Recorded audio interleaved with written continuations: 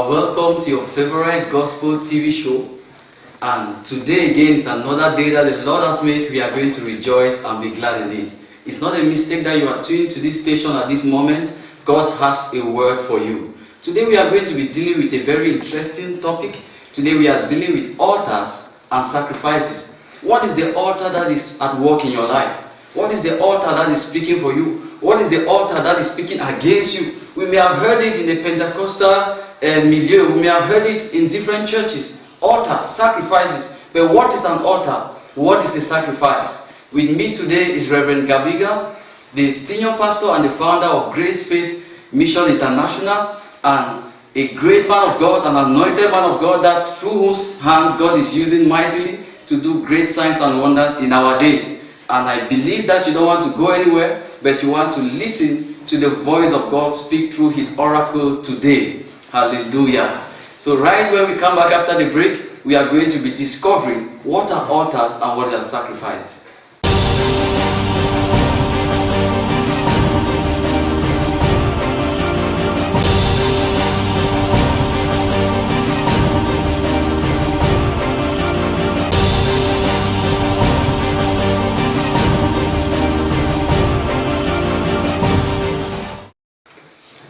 You are welcome back.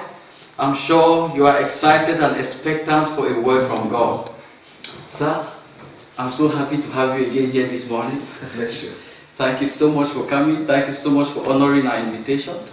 So this morning we are talking about altars and we are talking about sacrifices. So much has been spoken, so much has been said about altars. What is an altar? What is a sacrifice? A lot of people have said a lot of things. But sir, what do you have to say? Welcome. I'm glad to find myself here, and I think it's an august privilege and it's a divine appointment for me to be here and talk some issues concerning this vital aspect and this docked into aspect of Christianity. There are two major schools of thoughts that are very contrasting when it comes to this issue of altars. Well, the first school of thought, some people say there are altars today, altars exist and altars can be raised even from the demonic world and even in Christendom. And others say, well, the last altar was that on the cross of Calvary. Anything concerning altar is an Old Testament concept. I want to cut in between the two. Yes, I acknowledge that altars existed in the Old Testament, and in the New Testament, the cross of Calvary was the great altar, but not the final altar. Logically, if I may answer those for the second concept, logically, when you come into the morning prayer in the family circle, they say we came for family altar. And sometimes if the elevated section where the preacher stands is often called altar. So if you say the altar of Christ or the cross of Calvary is the last and the final altar, you've just been wrong.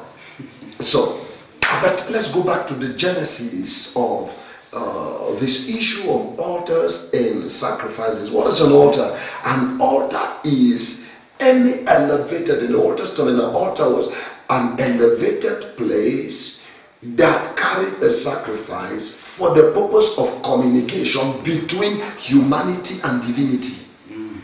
It was a mediating point between spirits and humans on the grounds of sacrifice. So if you look at an altar, entails the erected place, it entails the sacrifice, and it entails the prayer, because every sacrifice must have a declaration. So these three things, they constitute an altar.